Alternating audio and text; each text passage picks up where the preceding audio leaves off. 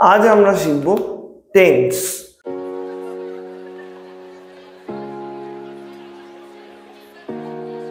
Tense total 3 প্রকারের হয়, present tense, past tense আর future tense. মানে হচ্ছে বর্তমানকাল, অতীতকাল এবং ভবিষ্যৎকাল। ঠিক আছে, এইবার বর্তমানকালে আমরা কোনটাকে বোঝাই? যেটা আমাদের নিত্যদিনে আজকের দিনে যে ঘটনাটা ঘটছে সেটাকে বলা হয় বর্তমানকাল। তাহলে কি বললাম? বর্তমানকাল হলো যেটা নিত্যদিনে আজকের দিনে যেটা ঘটছে সেটা হচ্ছে প্রেজেন্ট টেন্স। এবার পাস্ট টেন্স কোনটা? যেটা অতীতে ঘটে গিয়েছিল, যেটা অতীতে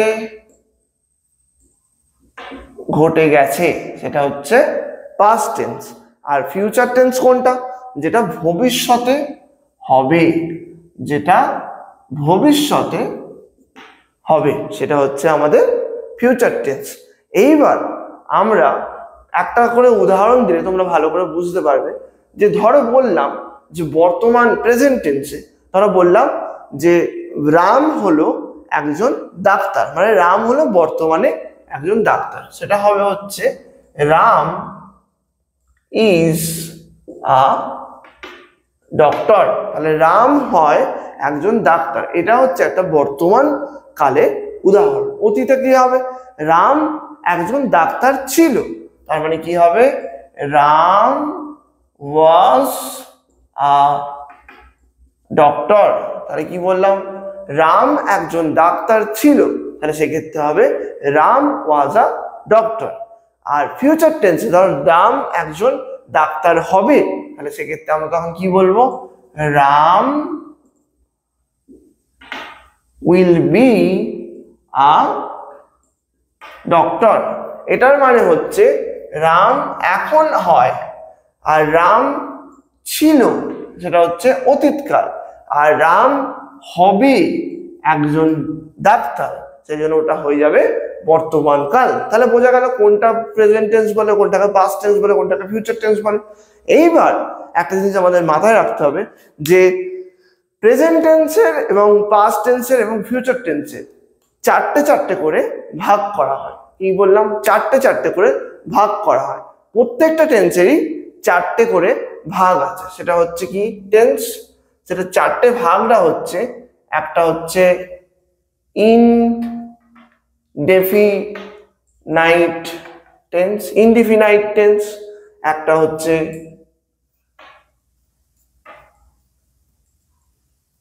কন্টিনিউয়াস টেন্স, একটা হচ্ছে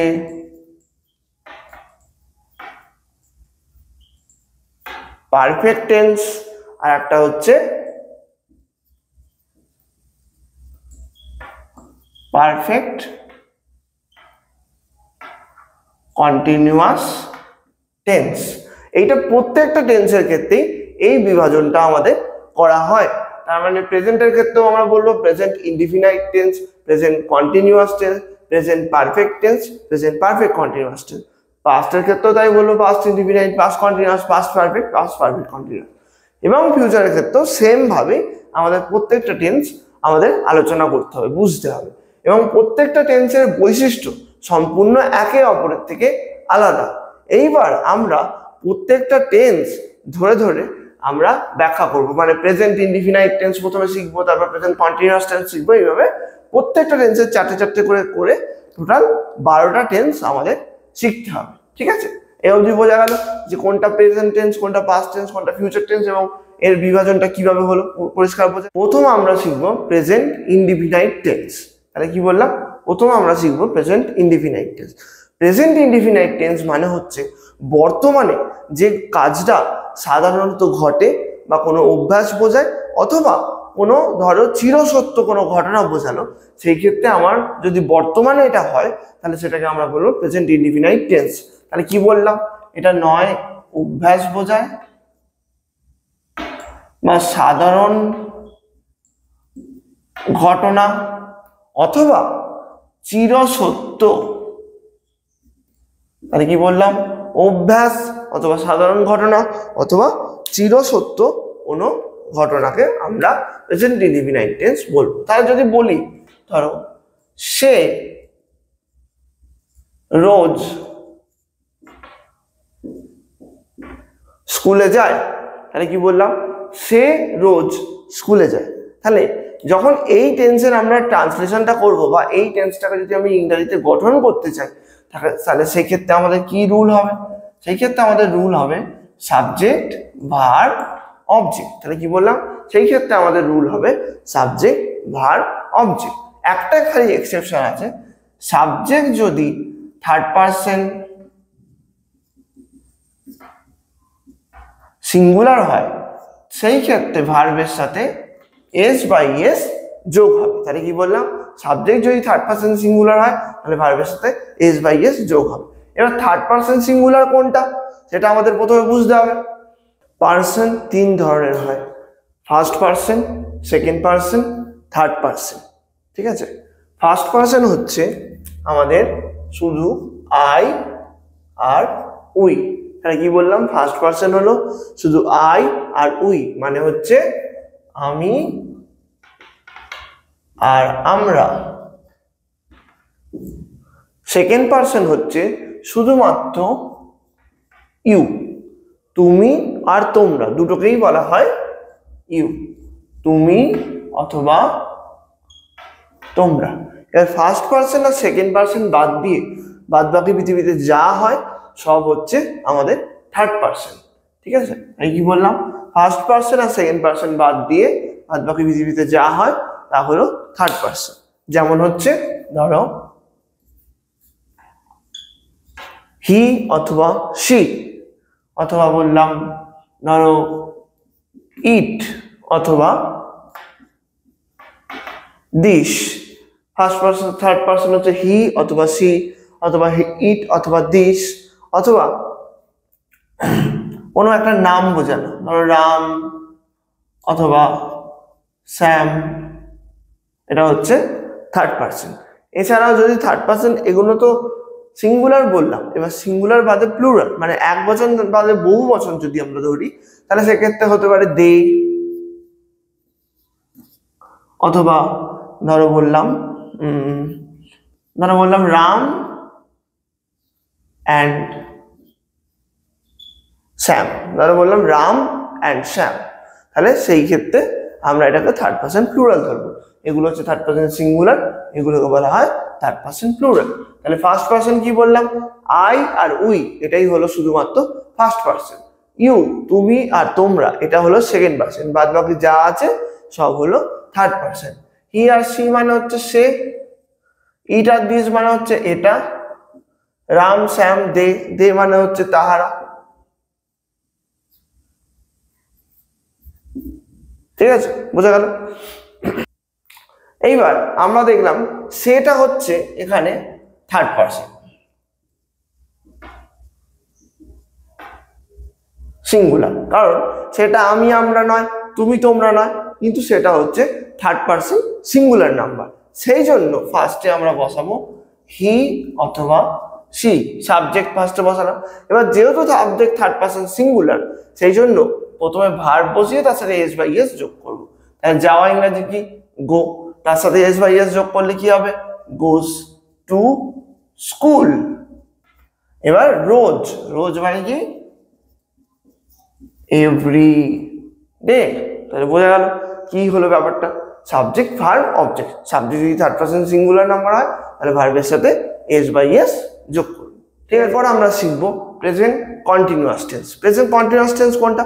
প্রেজেন্ট ইনডিফিনাইট টেন্স আমরা বললাম যেটা সাধারণভাবে ঘটে, সেটা হলো present indefinite tense. Present continuous tense হচ্ছে বর্তমানে যে কাজটা কন্টিনিউয়াসলি ঘটে চলেছে বা ঘটছে বা চলছে বা যাচ্ছে বা খাচ্ছে, যেটা বর্তমানে ঘটছে বোঝায়, সেটা হবে প্রেজেন্ট কন্টিনিউয়াস টেন্স। মানে বর্তমানে যে কাজটা ঘটছে সেটা হলো প্রেজেন্ট কন্টিনিউয়াস টেন্স। যেমন ধর আমি একটা এক্সাম্পল দিই যে রাম বই কিনছে, তাহলে রাম বই কিনছে। রাম যদি বই কিনছে হয় তার মানে এটা প্রেজেন্ট কন্টিনিউয়াস টেন্সের উদাহরণ, যেটা চলছে বোঝায়। এবার এইটার যখন রুল হবে তখন আমাদের রুলটা দেখতে হবে। রুল সেটা হচ্ছে subject plus am or is or are plus ভার্বের সাথে একটা আইএনজি ফর্ম প্লাস অবজেক্ট। তাহলে কি বললাম, subject plus am is are plus ভার্বের আইএনজি ফর্ম প্লাস অবজেক্ট। এবারে am is are কোন ক্ষেত্রে কখন বসে, মানে কোন পার্সনের ক্ষেত্রে কখন বসে সেটা একবার আমরা দেখে নিই। যখন আমরা পার্সনের সাথে am is are ব্যবহার করবো বা বি ভার্বের প্রেজেন্ট ফর্ম ব্যবহার করব, তখন আমরা কিভাবে ব্যবহার করব সেটা একবার দেখে নিই। চলো, আই এর ক্ষেত্রে am is are এর সময় আই এর ক্ষেত্রে বসে am, উই এর ক্ষেত্রে am is are এর ক্ষেত্রে উই এর ক্ষেত্রে বসে আর, ইউ এর ক্ষেত্রে তুমি হোক বা তোমরা হোক সেক্ষেত্রে বসবে আর। ঠিক আছে, এবার যদি থার্ড পারসন সিঙ্গুলার হয় তাহলে সেক্ষেত্রে am is are এর ক্ষেত্রে বসবে is। তাহলে হি বা সি এর ক্ষেত্রে আমরা কি বলবো, is। ইট বা দিস এর ক্ষেত্রে কি বলবো, এটা থার্ড পারসন সিঙ্গুলার, is। অথবা কোনো নাম যদি বোঝাই, রাম অথবা শ্যাম, সেক্ষেত্রে আমরা বলবো is। আর যখনই ওটা প্লুরাল হয়ে যাবে তখন ওটা হয়ে যাবে হচ্ছে আর, মানে দে আর, রাম এন্ড শ্যাম আর। ঠিক আছে, ক্লিয়ার? এইবার যদি রাম হয়, রাম, তাহলে রামের ক্ষেত্রে কি হবে, প্রথমে বসাবো রাম। এবার রামের ক্ষেত্রে আমরা জানি থার্ড পারসন সিঙ্গুলার, তার মানে কি বসবে, ইজ। কিনছে, কেনা ইংরাজি কি, কেনা ইংরাজি হচ্ছে বাই, তার সাথে আইএনজি ফর্ম বসবে বলেছি, বাইং আ বুক। ঠিক আছে, আর একটা যদি আমরা এক্সাম্পল দিই তাহলে এরকম হবে যে ধরো সে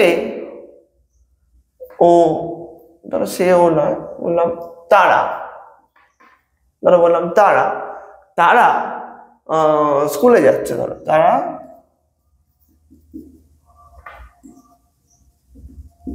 তারা স্কুলে যাচ্ছে। এবার তারা যখন হবে তখন তারা ইংরেজি কি, তারা ইংরেজি হবে দে। এবার দে এর পর আমরা জানি আমি যার ক্ষেত্রে কোনটা বসে, সবসময় আর বসে, দে আর। এবার যাওয়া ইংরেজি গো, তার সাথে বসবে আইএনজি ফর্ম, তার মানে going to school, they are going to school.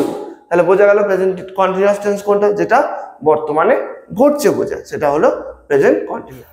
এরপর আমরা শিখবো প্রেজেন্ট পারফেক্ট টেন্স। তাহলে প্রেজেন্ট ইনডিফিনাইট টেন্সের ক্ষেত্রে আমরা বললাম যে কাজটা সাধারণত ঘটে বা হয় বা করে বোঝায় সেটা হবে প্রেজেন্ট ইনডিফিনাইট টেন্স।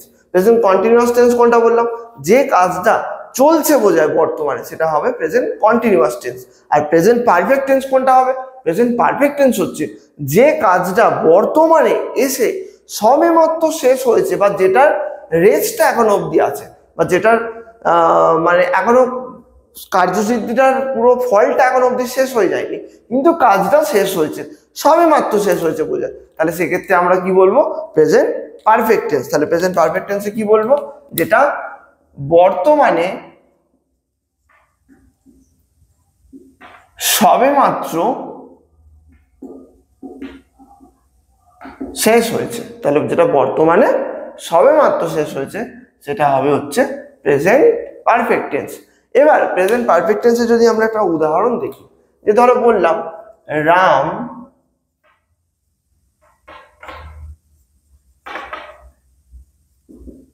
তাহলে কি বললাম, রাম বই কিনেছে। ধরো বললাম রাম বই কিনেছে, তাহলে রাম বই কিনেছে যখন হবে তাহলে সেক্ষেত্রে আমাদের যে রুলটা আমরা ইউজ করব সেটা হচ্ছে সাবজেক্ট প্লাস হ্যাভ বা হ্যাজ প্লাস ভার্বের থার্ড ফর্ম প্লাস অবজেক্ট।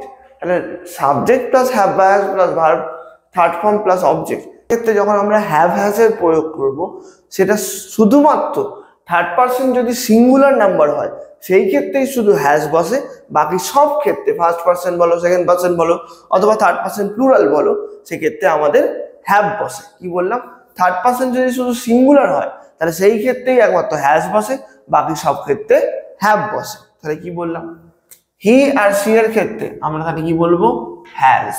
ইট আর দিসের ক্ষেত্রে আমরা বলবো হ্যাজ, কারণ থার্ড পারসন সিঙ্গুলার। অথবা রাম অ্যান্ড শ্যাম, এই রাম অথবা শ্যাম যেটা কোনো নাম থাকে সেক্ষেত্রে আমরা বলবো হ্যাজ। কিন্তু যখন এটা প্লুরাল হয়ে যাবে তাহারা, তখন এটা হয়ে যাবে হ্যাভ। অথবা রাম অ্যান্ড শ্যাম, মানে রাম ও শ্যাম, সেই ক্ষেত্রে আমরা বলবো হ্যাভ। এইবার সেকেন্ড পার্সনের ক্ষেত্রে আমরা কি বললাম? সেকেন্ড পার্সনের ক্ষেত্রেও আমরা বললাম হ্যাভ।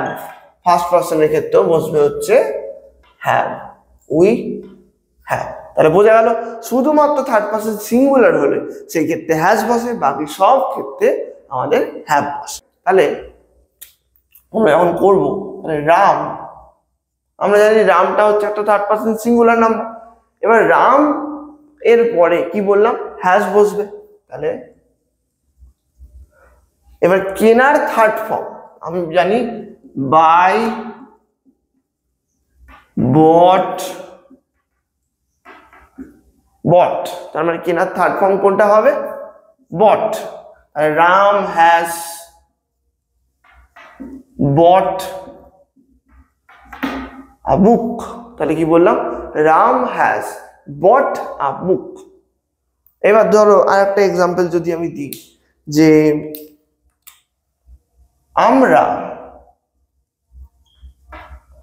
স্কুলে গিয়েছি, এটা তোমরা সহজেই পারবে কারণ রুলটা আমরা জানি। আমরা অর্থে কি হবে? তাহলে এখানে আমরা অর্থে হবে হচ্ছে উই। আমরা জানি উইটা হচ্ছে ফার্স্ট পার্সন, ফার্স্ট পার্সনে সবসময় হ্যাভ বসে। তাহলে উই হ্যাভ। এবার যাওয়া ইংরেজি কি? গো। আর গো এর থার্ড ফর্ম হয় হচ্ছে গো, ওয়েন্ট, গান। তাহলে কি বসবে? উই হ্যাভ গান। এবার স্কুলে, তাহলে টু স্কুল। তাহলে আমরা কি বললাম? উই হ্যাভ গান টু স্কুল। তাহলে বোঝা গেল যে কাজটা বর্তমানে সবে মাত্র শেষ হয়েছে, যার রেস্টটা এখনো যায়নি, সেটাই হলো প্রেজেন্ট পারফেক্ট টেন্স। এবার আমরা শিখবো present perfect continuous tense. Present টেন্সের লাস্ট টেন্স হচ্ছে present perfect continuous tense.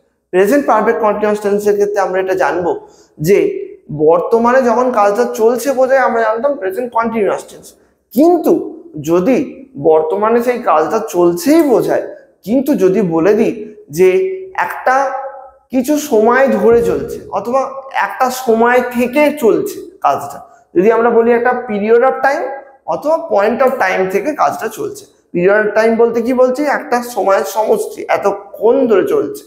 R point of time মানে এই দিন থেকে বা এই সময় থেকে চলছে বোঝায়, তখন আমরা ইউজ করব প্রেজেন্ট কন্টিনিউয়াস টেন্সের জায়গায় প্রেজেন্ট পারফেক্ট কন্টিনিউয়াস টেন্স। তাহলে কি বললাম?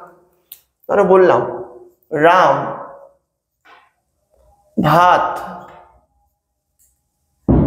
খাচ্ছে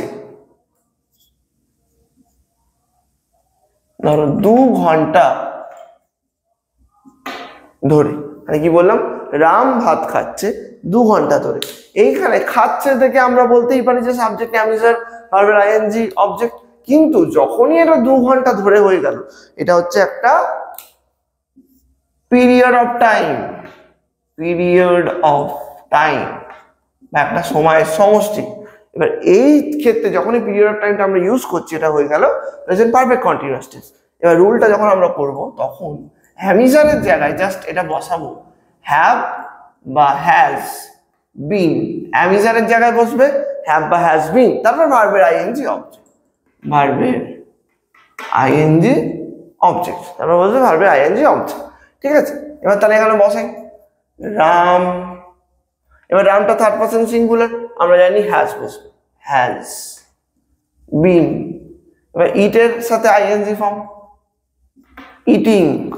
কি খাচ্ছে? ভাত, রাইস। 2 ঘন্টা ধরে, ধরে ইংরেজি হবে হচ্ছে ফর, ফর 2 আওয়ার্স। তাহলে কি বললাম? For 2 hours. এবার আমি এটাই যদি বলতাম যে ধরো বললাম যে তোমরা ছবি আঁকছো